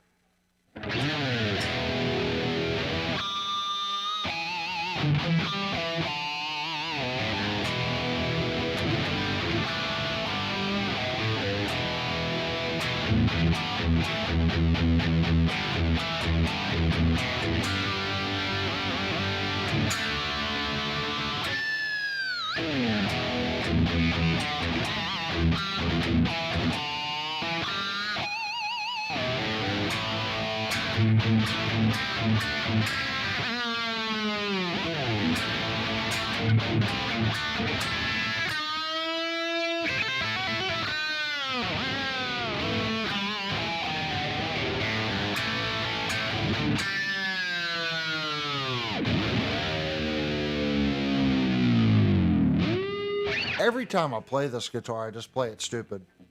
I really don't use a bar that much, but with this guitar, I just play stupid stuff. I never play anything that amounts to anything. I end up just playing harmonics, doing pinch harmonics, pedaling some notes, and playing with the tremolo bar. I'm sure you guys do that for hours and hours and hours.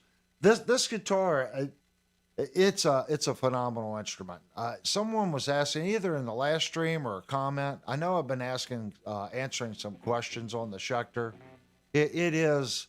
I didn't play it for a while. I guess people were like, well, he must not like his Schecter. I love the Schecter, but I got so many guitars. I don't want to get Floyd Rose dependent, so I play some hardtails. My Kramer over here, my Pacer, I like playing that one. But as far as just being able to beat on a guitar and just be stupid with it, this is the Sustainiac and stuff in this guitar is pretty cool.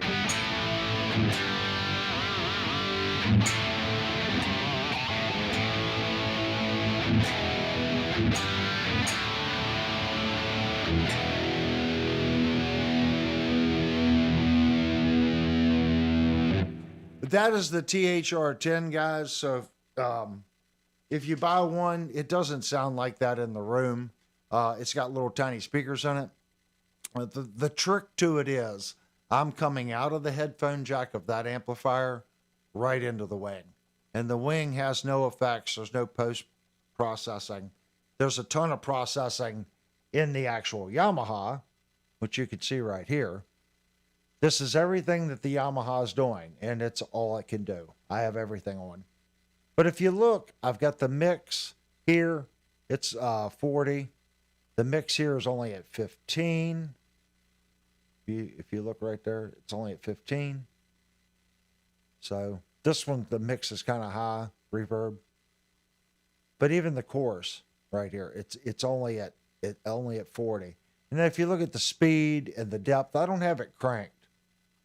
And even the compressor, sustain is here. Now this level, if you bring this, I gotta switch windows here. For you guys, you guys won't be able to tell, but if I bring this level to about right here, it actually does make a pretty big difference. Let me hit a couple notes and I'll show you. It actually makes a big attack difference. If we take that and now we crank it up where it was,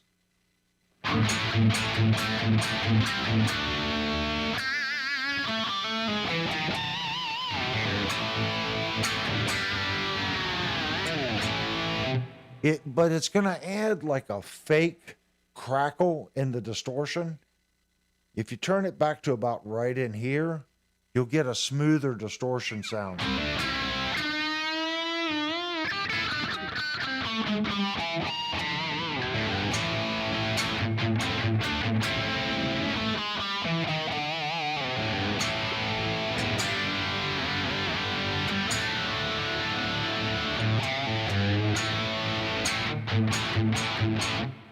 But your pedal notes, they're going to be a little muted. So if you can push it to 60, let's see if that makes a difference. Let's push it up to 60.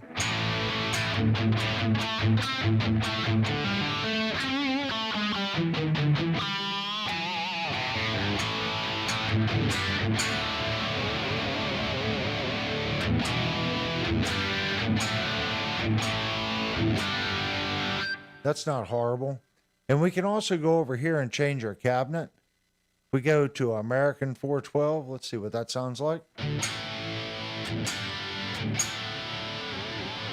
And you can definitely hear the volume come way down on that one. So let's leave it on American.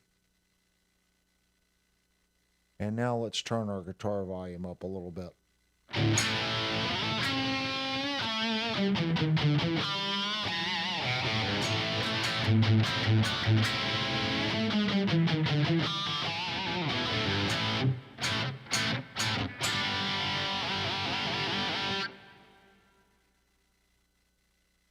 What else we got? We got the Brown 412. Let's try that one.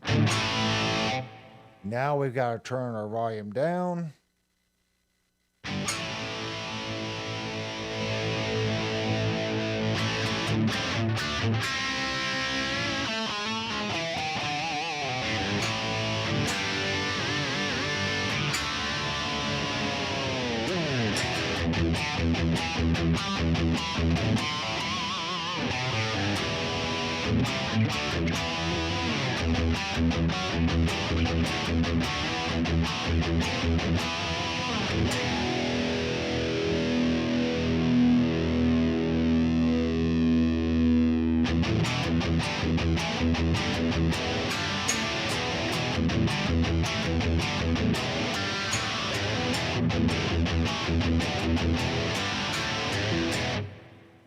That's not horrible. Yeah, I turned the gain back just a little bit. So if you turn the gain back a little bit, you can bring this up, and that'll put some of the gain back in it.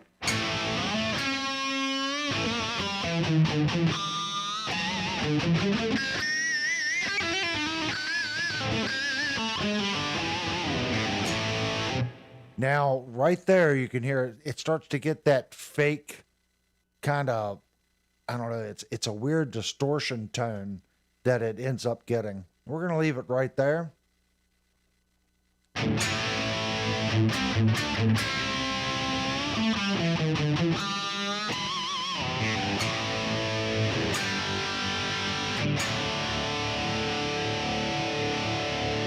It's got a nice full sound. Let's try some leads.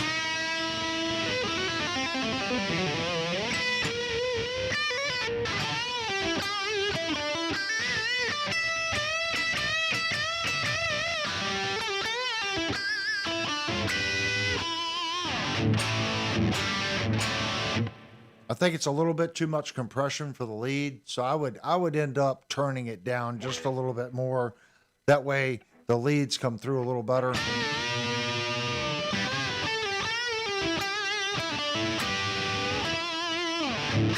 It sounds, anytime you do a compressor, it'll just squish it. It sometimes it just squishes your sound.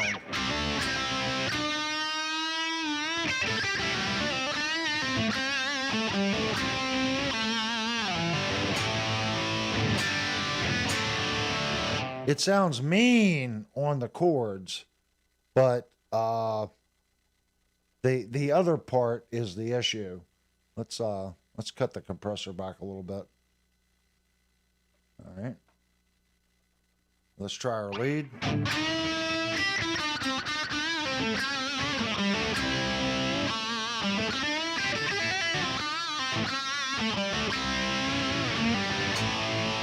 Much better. It feels better under your fingers. So if you guys are using compressors and it just feels like your lead just isn't cutting, but your rhythm part sounds full, maybe turn that back a little bit. Get that.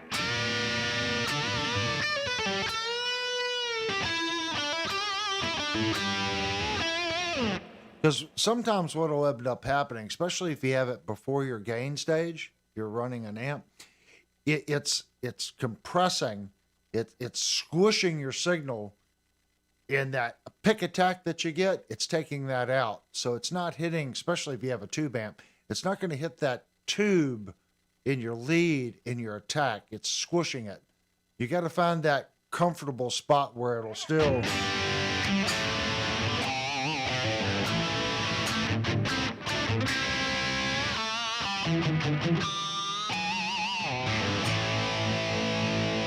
It'll still give you that bite and attack.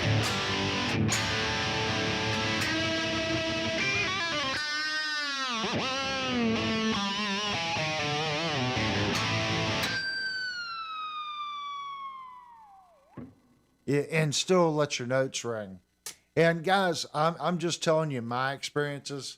Hopefully you guys are saying something in the comments that'll help other people. If you have a better way of doing it, or you found another trick, let's say you're squishing it with a compressor, is there something you're doing behind it to bring that back up to attack the front of the amp? You know, there's 50,000 different ways of doing things. Just like a lot of people will run an EQ between their guitar and the amplifier. I think that's the most effective way of changing your guitar sound. Before you change pickups, maybe buy an EQ pedal. You can get a lot of different sounds out of your guitar. You can really fatten up your single coils. You can thin out your humbuckers.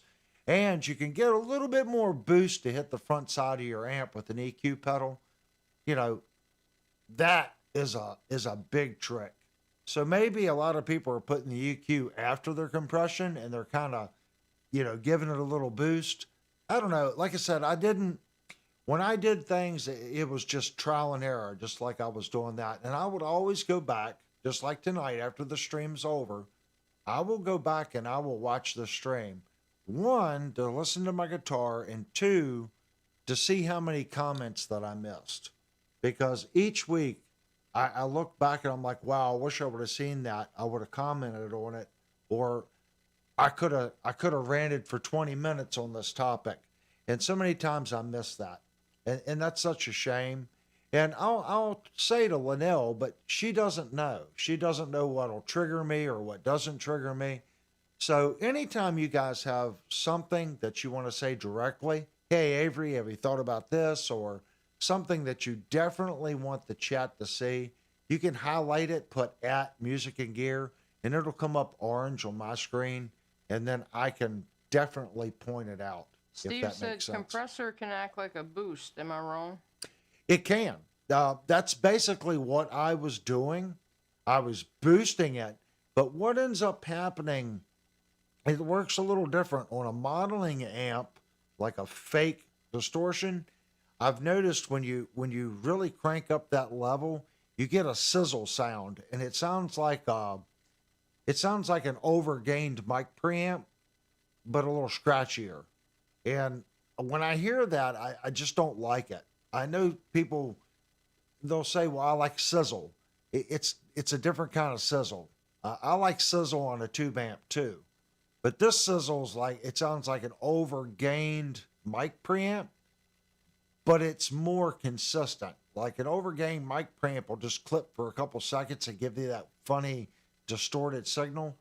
When you over compress it into a modeler, it does it and it trails. It's almost like you've got this trail on the back side and it's holding it. And that could be the release time in your compressor as well. If you've got a long, release time, that would explain it.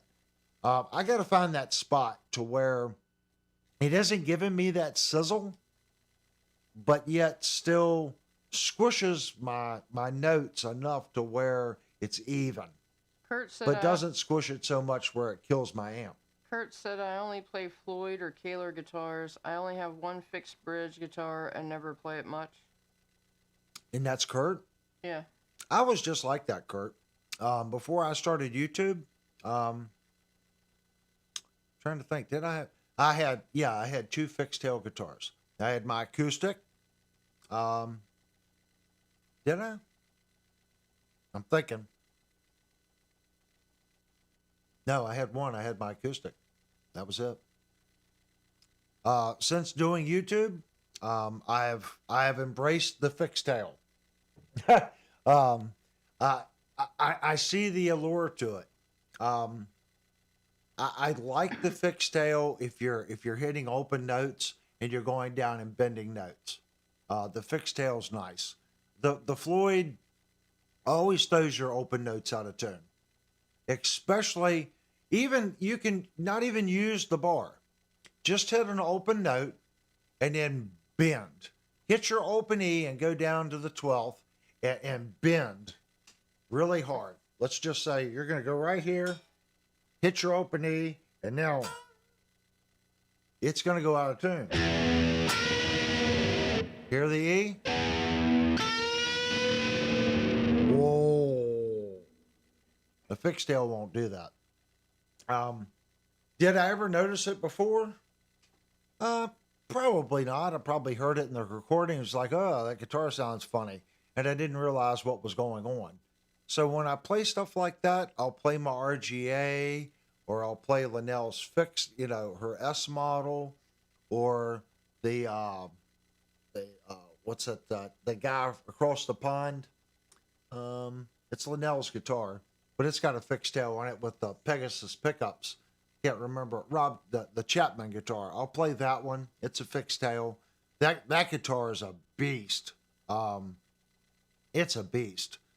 I think there's a place for it, man. You just gotta, get kind of used to playing them. Let me grab the RGA here.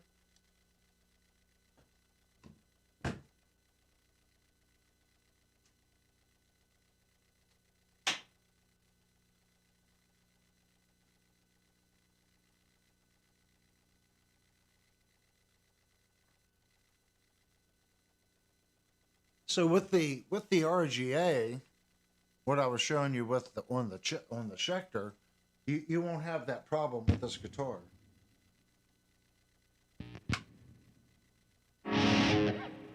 So if I hit the low E,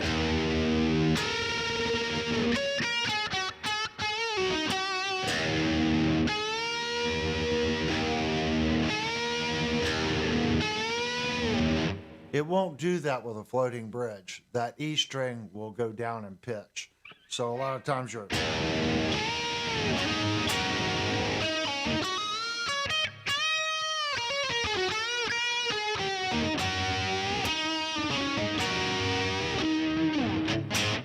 It does make a difference. And then I started just kind of cheating. If I wanted that bridge sound, that tremolo, I would come up and.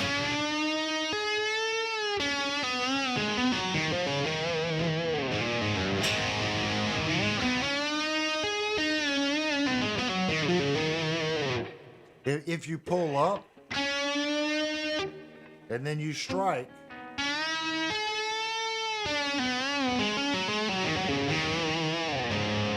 you can give the illusion of a tremolo. Is it the same? It's not. Is it any easier to bend strings with the tremolo?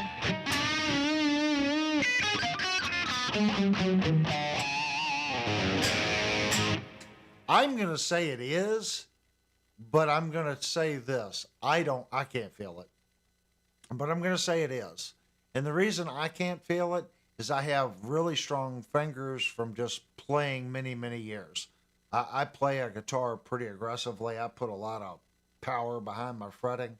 So I don't feel it, but I think someone that's been playing maybe a year, 2 years, or 3 years that has not had years and years and years of playing and their fingers aren't as strong, I think the spring load of the tremolo is going to allow that bridge to move forward and allow the strings to bend up the neck more. Are you increasing pitch? No, you're not. Because as you bend, the tremolo is reducing the tension of the string. So if you're playing a floating bridge, okay, and I get used to, let's say on a floating bridge, I'm going, or actually, it'd be much higher on a floating bridge to get that note because the bridge is going to dive. When I go to a hardtail, I'm overbending.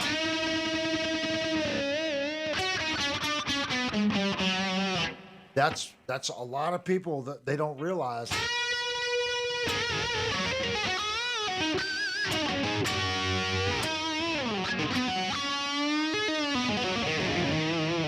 You get it. It's just worked into your head when you fret and you bend.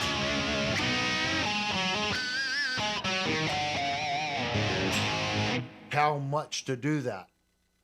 If you're used to playing a floating bridge, you're going to put more vibrato behind it because the bridge is moving.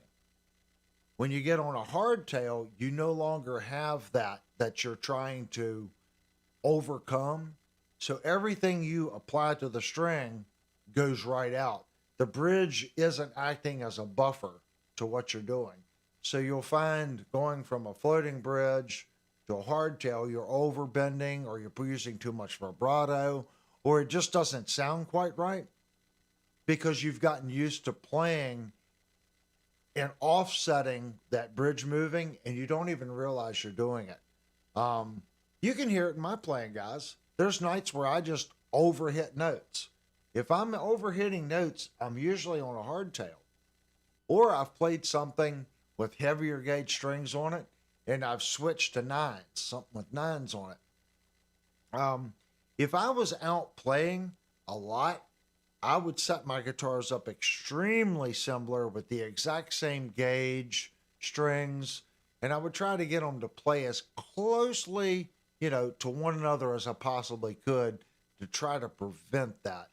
But in this scenario, with what I'm doing, a lot of it is just not being familiar with the guitar that I'm picking up. Like tonight, this will be the fourth guitar I played.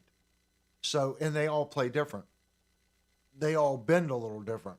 So there's going to be issues with doing that.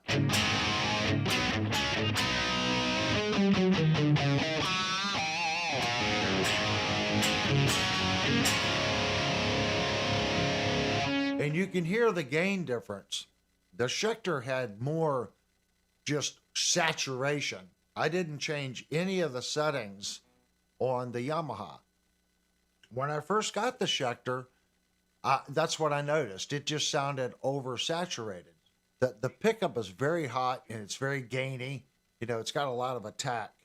And most of my amps were set up for JBs or an EMG 89 or these, you know, stock Ibanez pickups. You know, when I got that, I was like, do I like this pickup? And I've just realized that I just got to change the amp a little bit. I gotta move the gain down a little bit, maybe take some of the mid out. I just gotta change it just a little bit to get it into my friendly zone, if that makes sense. Now when I plug this guitar in,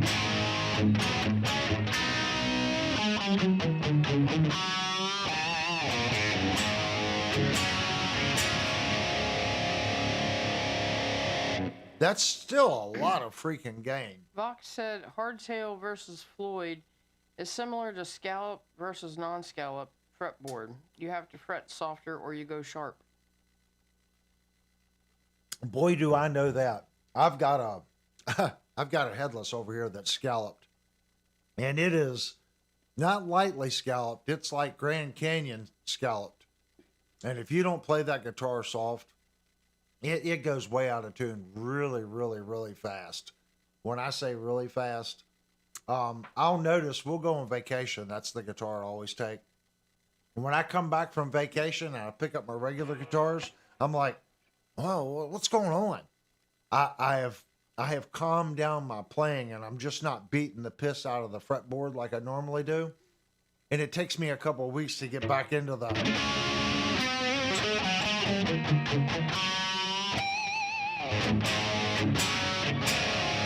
I'm hard. I'm hard on the way I bend.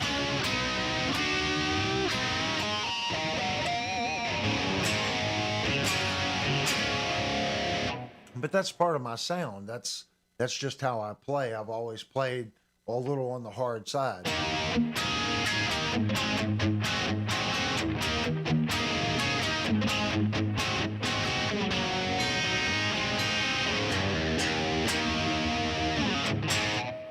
You can tell there's a huge difference between these pickups and the pickups in the Schecter. Of course, I can buy 3.5 of these guitars for the price of the Schecter. I'm not saying these pickups are bad. I like the Quantum pickups. Are they as beefy sounding as that? I think it's Lund or Lund something pickup in the Schecter. It's a mean pickup. That is a pickup designed for modern heavy metal. That's what it's designed to do. The Quantum, I think it's somewhere in between. It's got more fat on it than like a Seymour Duncan JB, but it's not as gnarly sounding as the Schecter. You know, they're building a guitar to a price point. I think the Quantums have a nice, decent, clean sound. And they do well in distortion. That's why I like playing this guitar so much. It does a little bit of everything, and it does everything well.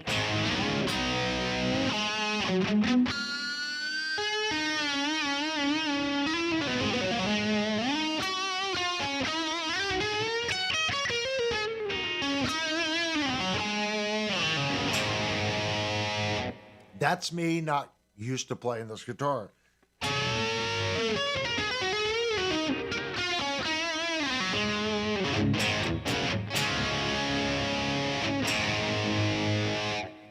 I can't hide anything because it's live. So you guys hear me mess up all the time. So when you mess up, you just play through it. That's all you can do. But I got to get to work on this guitar.